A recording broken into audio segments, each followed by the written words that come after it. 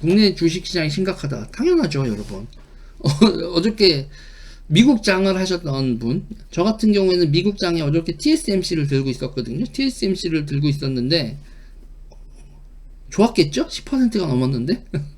그럼 TSMC가 그렇게 올라간다라는 게 반도체 산업이 어떻게 돼간다는 거예요, 여러분? 반도체 산업이 파운더리로 넘어가고 있다는 거죠.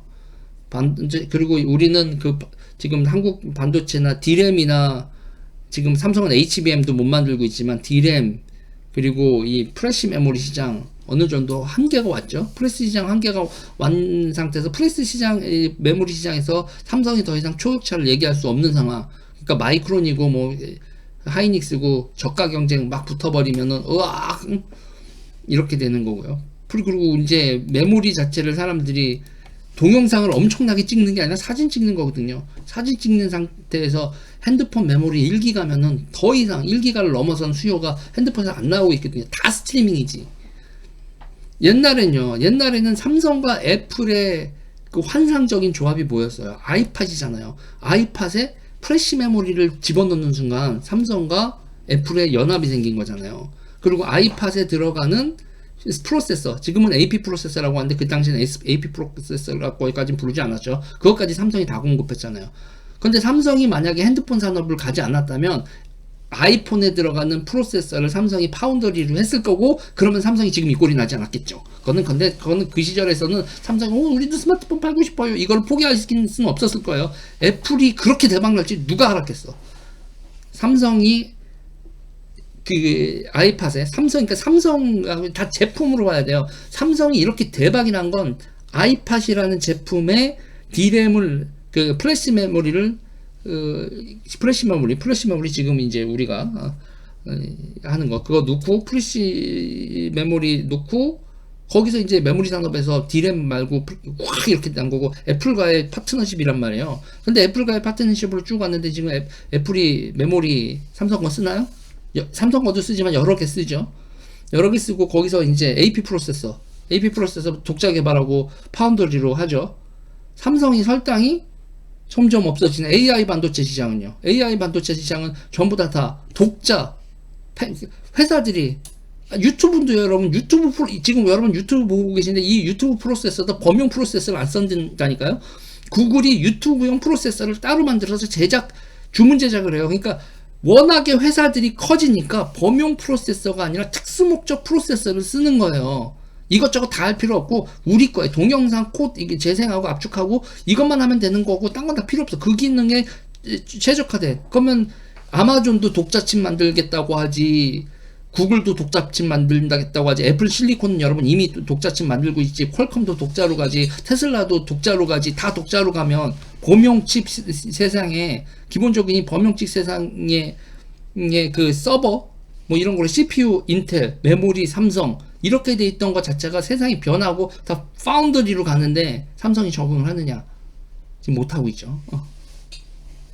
그러니까 TSMC 확 뜨는 게 반대로 삼성이 훅 줄어든다는 그런 얘기로 되고 있죠. 그러면 여기서 그 주식시장 그런 내지는 경제를 끌어올리는 동력이 뭐가 있느냐 잘 생각해 봐야 돼요, 여러분. 지금 상태에서 지금 대한민국 초비상이 걸린 겁니다. 자동차, 근데 자동차는 여러분 어때요? 자동차는 현대가 어떻게 테슬라보다 주식 가치로 보세요.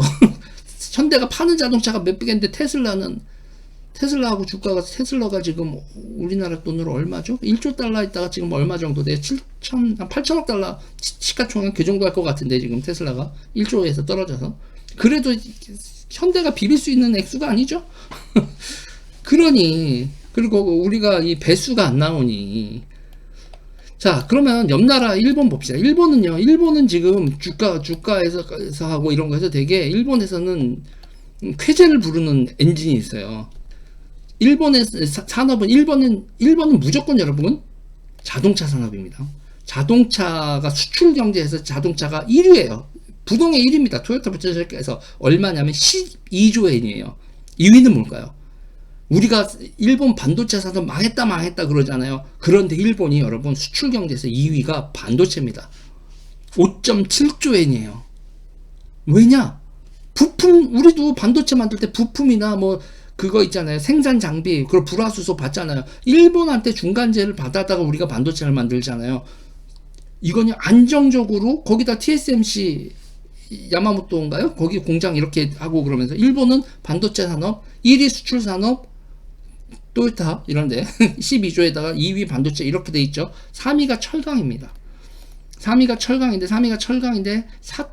5.1조 엔이에요. 수출이 5.1조 엔인데 문제는 여러분 뭐냐면 일본이 지금 주식시장이고 일본 산업계에서 오 하고 있는 게 철강 5.1조 엔을 근접한 고도로 성장하는 산업이 있어요. 컨텐츠 산업입니다. 컨텐츠 수출이 4.7조 엔이에요. 일본이. 그러니까 우리나라가 뭐 케이팝이고 뭐고 난리를 쳐도 일본한테 못 비벼요. 우리가 그 컨텐츠 수출에서 3분의 1? 일본에 그 정도밖에 안 됩니다. 아직. 왜? 일본은 헬로우키티, 마리오 이런 게 있다고요. 그리고 일본의 컨텐츠 산업이 이렇게 올라가는 거에서 결정적인 이유가 뭐냐? 일본의 캐릭터들은 뭐를 포기를 안 했어요? 여자력을 포기 안 했어요. 여자력이 뭐냐면 여자잖아요. 사람이 여자. 우리가 뭐 남자의 근력 이러잖아요. 남자애는 뭐 근력, 뭐 스피드 이렇잖아요. 무슨 힘이잖아요. 여자스러운 거를 여자력. 남자가 녹는다 뭐 이런 거죠. 그런 여자력. 막 기버띠 뭐 이런 거. 뭐 간이 뭐 볼륨감 살려가지고 막 이런 캐릭터들 그런 거. 그 여자력을 PC주의가 다 박살을 냈거든요. 여자력을 PC주의가 다 박살을 냈는데 전 세계에서 일본 컨텐츠들은 여자력을 유지하네. 와 덕후들이 떠나질 않네. 뭐 그런 식으로 되면서 일본의 컨텐츠 산업이 일본이 만화, 애니메이션, 게임에서 왜 이렇게 우리 컨텐츠 산업이 올라가지 하고 한방 웃음을 짓는데 제가 거기다가 한마디 해주고 싶은 거죠. 이 사람들아 당신들은 그거잖아. 당신들은 여자력을 포기하지 않았잖아. 이런 얘기를 해주고 싶은 거죠. 자, 지금 이 얘기와 관련돼서는 이 얘기. Japan anime exports posed to match chip and steel. 반도체하고 철강을 따라잡았다. 자, 그러면 제가 지금 하고 싶은 게 우리나라가 문제 있다, 일본이 잘 나간다 이런 얘기가 아니라 그러면 결국 뭐냐면 우리도 성장 동력을 만들어야 돼요. 성장 동력을 만들고 그런지 네이버 웹툰 여러분 나스닥에 상장한 게 어떻게 됐어요? 이렇게 됐죠. 우리나라는 K 컨텐츠 수출은 132억 달러 역대 최대. 우리도 컨텐츠 수출 자체가 역대 최대긴 한데 일본한테 밀리고 있어요. 일본한테 밀립니다. 일본한테 다 잡아먹을 것 같은데도. 그리고 이 컨텐츠 수출도 K-팝이나 뭐 기타 그런 게 아니에요 여러분. 게임이지. K 컨텐츠 수출액 132억, 2차전지 전기차 넘어. 벌써 우리도 수출해서 2차전지하고 전기차를 넘어서 K 컨텐츠 수출이 이렇게 되고 있거든요. 근데 K 컨텐츠 수출이 국내 내에 유니콘 기업으로 이게 주가를 견인하는 그런 부분으로 되느냐? 안 되지. 웹툰부터도 나스닥 가서 상장했다가 폭망하고. 그래서 지금 제가 무슨 얘기를 하고 있냐 하는 거냐. 이 주식시장 같은 경우에 결국 리딩 인더스트리, 새로 리딩 인더스트리도 키워야 되고 새로 올라오는 그런 것도 있어야 돼요. 우리가 신기업 기타 등등이 그 IMF 직후에 IT 버블이 생겼을지언정 그때 엄청난 IT 창업가 벤처 기업들이 있었잖아요. 그 다음에 젊은 사람들이 부자 되는 거 게임 업체 하나죠. 그거에 대해서 우리 사회가 어떤 자세를 가졌냐, 게임 애니메이션 만화에 대해서 어떤 자세를 가졌냐 생각을 해보란 얘기예요. 이거 지금 K-팝 이 정도로 가고 있고 K 열풍이 부는데도 수출액이 일본의 3분의 1이라는 건 진짜 갑갑하다. 대한민국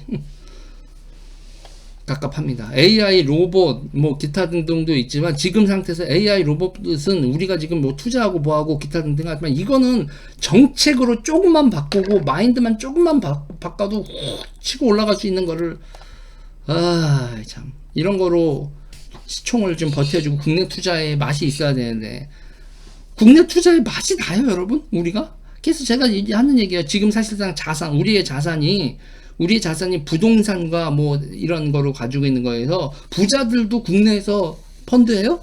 PF 그러니까 사모펀드 하죠. 사모펀드 프라이빗 이쿼티 해가지고 사모펀드 뭐 홍콩 같은 데 해가지고 그거 뭐 기업 인수합병 장난질들 요새 많이 치던데 대한민국 유력자들 그런 식으로 돈 크게 있는 사람들은 인수합병 M&A 전에 들어가서 사모펀드로 홍콩에다 주로 만들. 근데 그러면 한국계 사모펀드를 차라리 만드는 금융 개방을 하든가.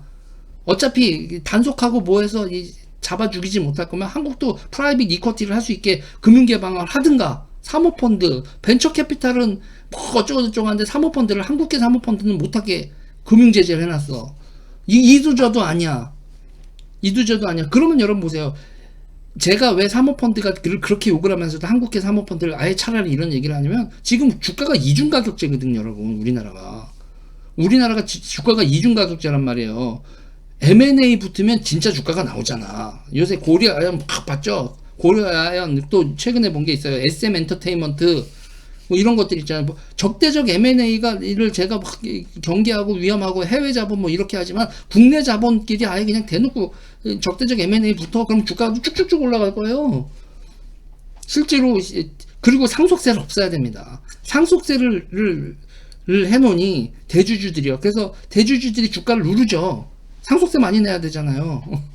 그 감당이 안 되잖아요. 그러니까 주가를 누르고, 대주주들은 주가를 누르고 있고, 그러고 나서 해서 M&A 한번 터지면 진짜 주가는 그때나 구경하고, 우리 같은 소액주주가 구경하는 주가하고 대주주들이 알고 있는 주가가 다르다고. 이중 제도라고요. 두 가지 측면이에요. 사모펀드를 활성화시켜서 M&A의 텐션을 주식시장에다 놓고, 또 한 측면에서는 그거를 빼야 돼. 상속세를 빼야 돼. 상속세를 빼고 사모펀드의 M&A 시장을 만들면 한국 주식은 이렇게 올라갑니다.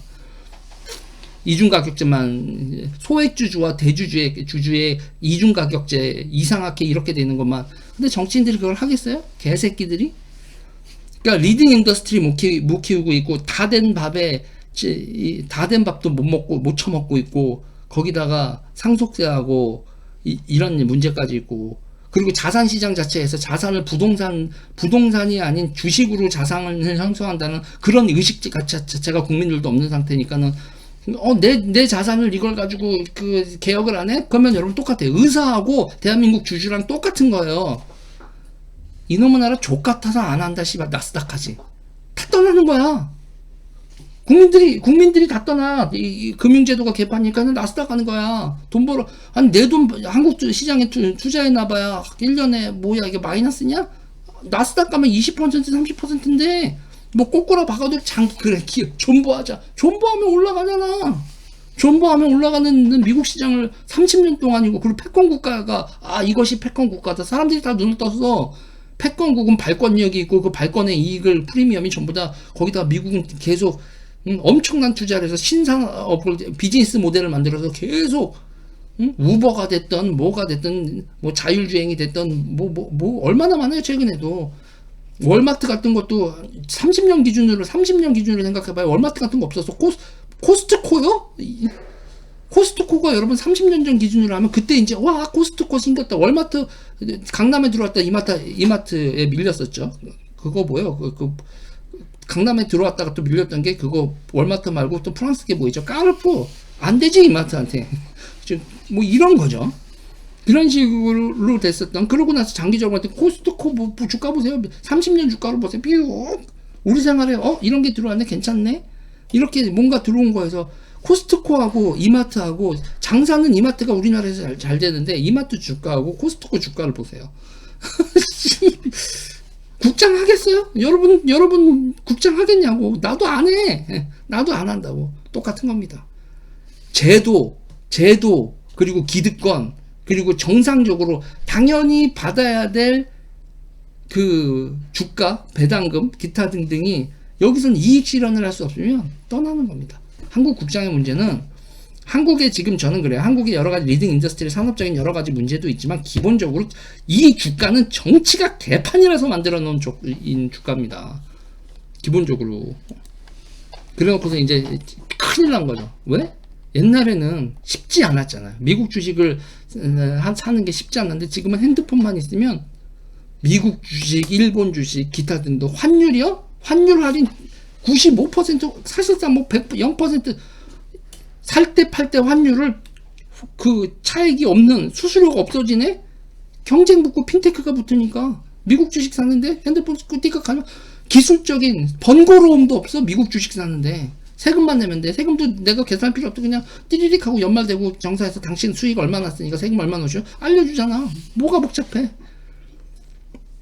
이런데 왜 국장을 하겠습니까? 우리도 외면하는 한국도 주식시장이고, 그리고 산업구조정제 자체도 산업구조조정도 제대로 못해. 세금제도도 조세도 엉망진창이야. 금융정책도 엉망이야. 내숭이죠, 내숭.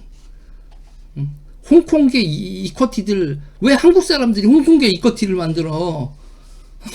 홍콩계 이커티인데 가면 대표이사가 다 한국 사람들이야.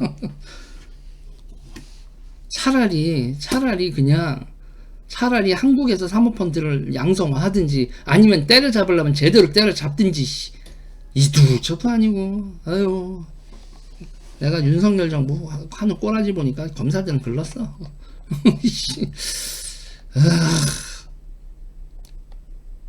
여러분, 그러니까 대전략연구소 많이 응원해주세요. 대전략연구소 그러니까 많이 해주고, 이것 전부 다 정책 방향성 있죠. 저는 분명히 전문가들 섭외할 겁니다. 섭외하고 그 전문가들하고 다 대화하고 있어요. 섭외해서 이런 거 싹 다 일거에 고치는 방향성. 보수 정치 저대로 산업공상 정치로는 안 돼. 의사 선생님들 이번 제대로 겪었죠? 와, 이 새끼들이 나를 공인 취급하네? 이런 거 제대로 느끼셨잖아요. 뒤집어 엎어야 돼요. 정치 세력화해서 뒤집어 엎어야지. 이거 아무리 떠들어봐야 씨발 윤석열 상대로 설득 안 됩니다. 힘으로 눌러야지. 대한민국에서 힘으로 누르려고 하면 정치 세력화해서 힘으로 보여줘야지. 무슨 말로 설득을 해? 이런 사람들 대상으로, 이런 꼴통들 대상으로. 보수요? 보수가 씨발 보수 같아야지 보수지. 이게 자유민주주의 보수 아니에요, 이 인간들. 왼쪽은 두말할 것도 없고. 자, 바꿉시다. 바꾸는 거 해보자고. 우리 재산이 달린 문제야. 이 나라의 국부가 달린 문제고. 이대로 가면 나라 망해요.